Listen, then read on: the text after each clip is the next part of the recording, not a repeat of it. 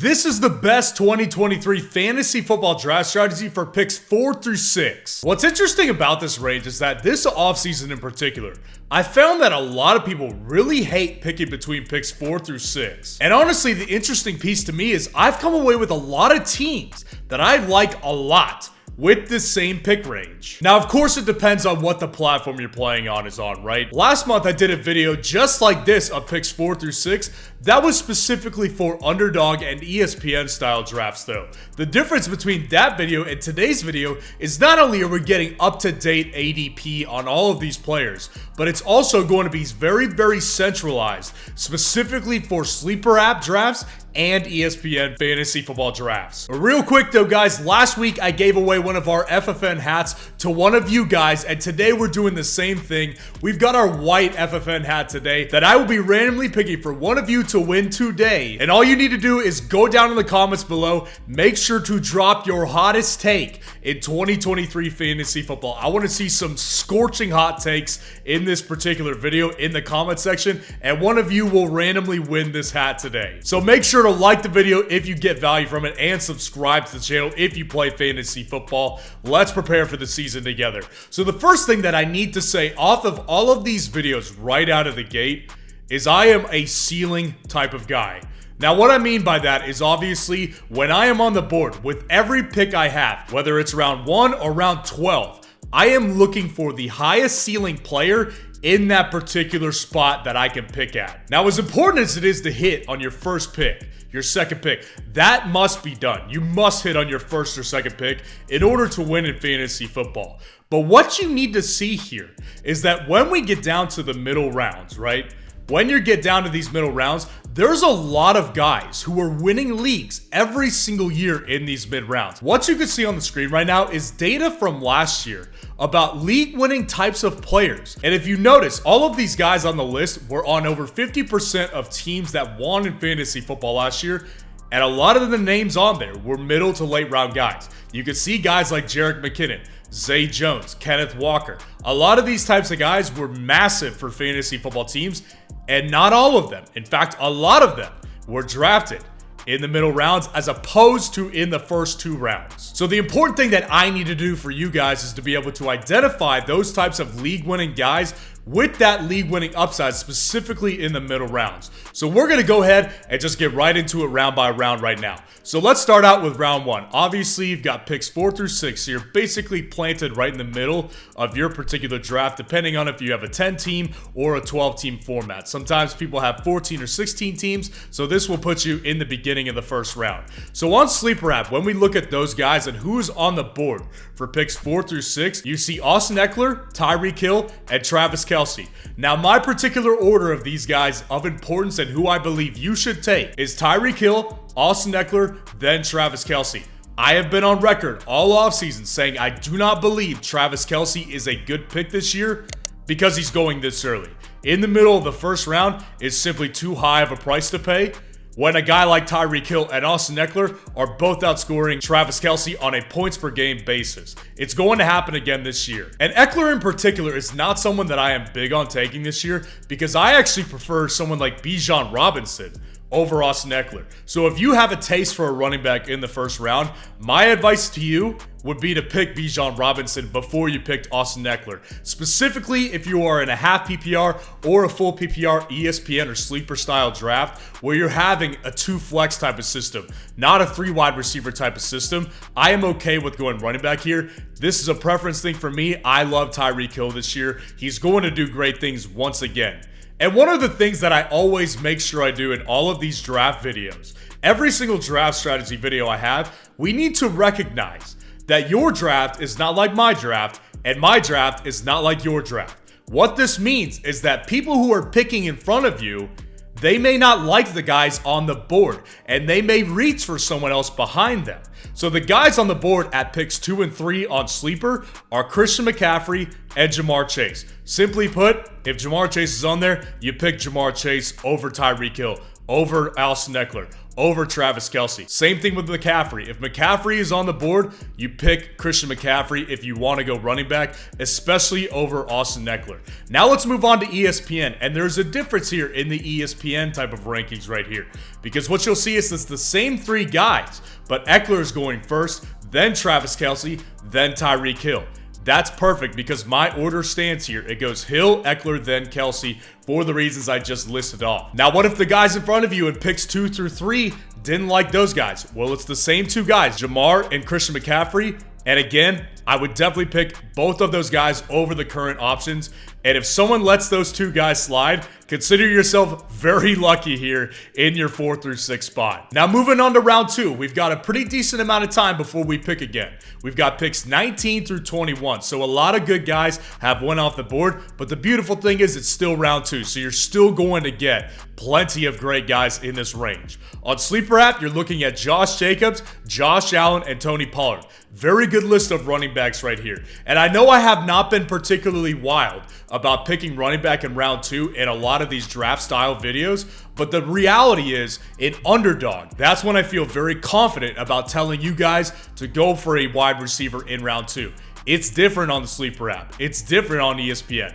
Those two running backs available are fantastic in fantasy football when you are not playing in a 3 wide receiver format. So in this particular order, I would go Jacobs, then Pollard, then Josh Allen. Simply put, the reason I'm not picking Josh Allen at this particular range is because I know I can make up the ground at quarterback later on in this draft. There's going to be quarterback values that you are going to see in just a couple of rounds that are going to make up a lot more ground than the running backs and wide receivers will in those particular ranges later on. So Josh Allen, I don't believe you should be going with him. I understand the ceiling and the floor are good, but you can make up the ceiling in a little bit later in just a couple of rounds where you can't make up the ceiling of a guy like Josh Jacobs, a guy like Tony Pollard in the 3rd, 4th, or 5th round. Now again, maybe 16 through 18 falls to you. Maybe the guys picking in front of you don't prefer one of these guys. So what should we do if one of these guys falls? Well, the guys available there are Derrick Henry, Amon-Ra St. Brown, and Garrett Wilson.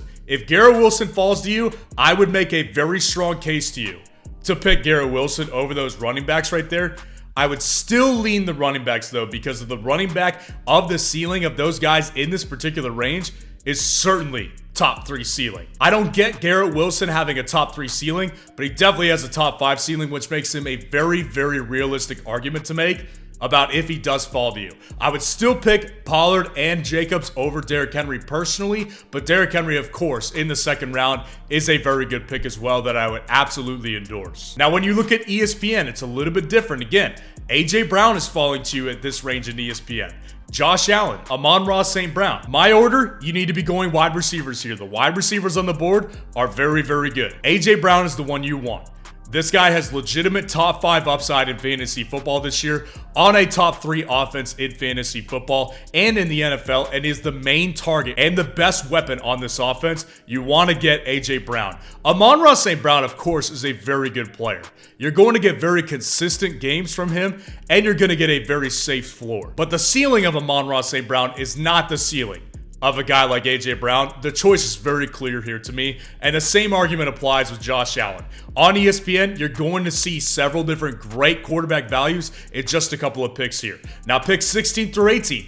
There's some really good names on this list. If one of them falls to you, I would really appreciate one of these types of guys. You've got CeeDee Lamb, you've got Garrett Wilson, and you've got Josh Jacobs. If Garrett Wilson falls, I understand if you want to pick AJ Brown. I actually have Garrett Wilson ranked 1 spot above Garrett Wilson, 2 spots above CeeDee Lamb. I like Garrett Wilson in this particular range, but if Josh Jacobs falls to you, it's hard to not say yes to a guy with top 3 upside and is for sure playing this year now. Now that we have the news that he has signed his new contract, Josh Jacobs is very hard to say no to in this particular range. Now we move on to round 3, and we've got, again, a couple of picks in between then. Since you're sitting right here in the middle in a 12-team league, it's a very even amount of time before your next pick every single round. So round 3, you've got picks 28 through 30. And on the Sleeper app, you've got Devonta Smith, you've got Ramondre Stevenson, and you've got Najee Harris. So the running backs in this range in round 3 on Sleeper are still pretty good. So what my order is Ramondre, then Devonta, then Najee. The reason I picked Devonta Smith over Najee Harris is because if you did go running backs 2 times in a row in round 1 and round 2, this is a situation where I do believe that you're going to see a major teardrop here in this particular round. When you get from Devonta Smith down to round 4, you're going to see guys like Amari Cooper on the board, who I actually like a lot in fantasy this year. But again, round 4, remember, we still need to take a game-changing quarterback or tight end. Now, 25 through 27, again, very interesting names here. You've got Chris Olave, you've got Mark Andrews, and T. Higgins. If Chris Olave falls, good luck getting me to not take him. Chris Olave in the 3rd round is special, man. This is the type of guy that could win you your league right here. He has top 5 upside in fantasy this season with a better quarterback. With one quarterback that provides some stability and a quarterback that consistently supports top 12 wide receivers in fantasy football. What he did last year is simply going to multiply this year. I love getting Chris Olave in round 3 of any fantasy football platform right now. So if he falls, gonna be hard to say no to that. Then when you look at ESPN, you've got my guy Chris Olave sitting there looking right at you in most cases right here. Then Travis Etienne, who I also love, and then Lamar Jackson. And my order is exactly like that. Olave, then Etienne, then Lamar Jackson. Travis Etienne, fantastic pick in the 3rd round. Definitely has league-winning type of upside. I see a Josh Jacobs type of season for Travis Etienne this year. I've been on record multiple times this offseason saying it, and I still believe it to this very day. Now, I will say, though, in 25 through 27, if Jonathan Taylor falls to you, out of Joe Mixon, Jonathan Taylor, and T. Higgins, you can't not pick Jonathan Taylor.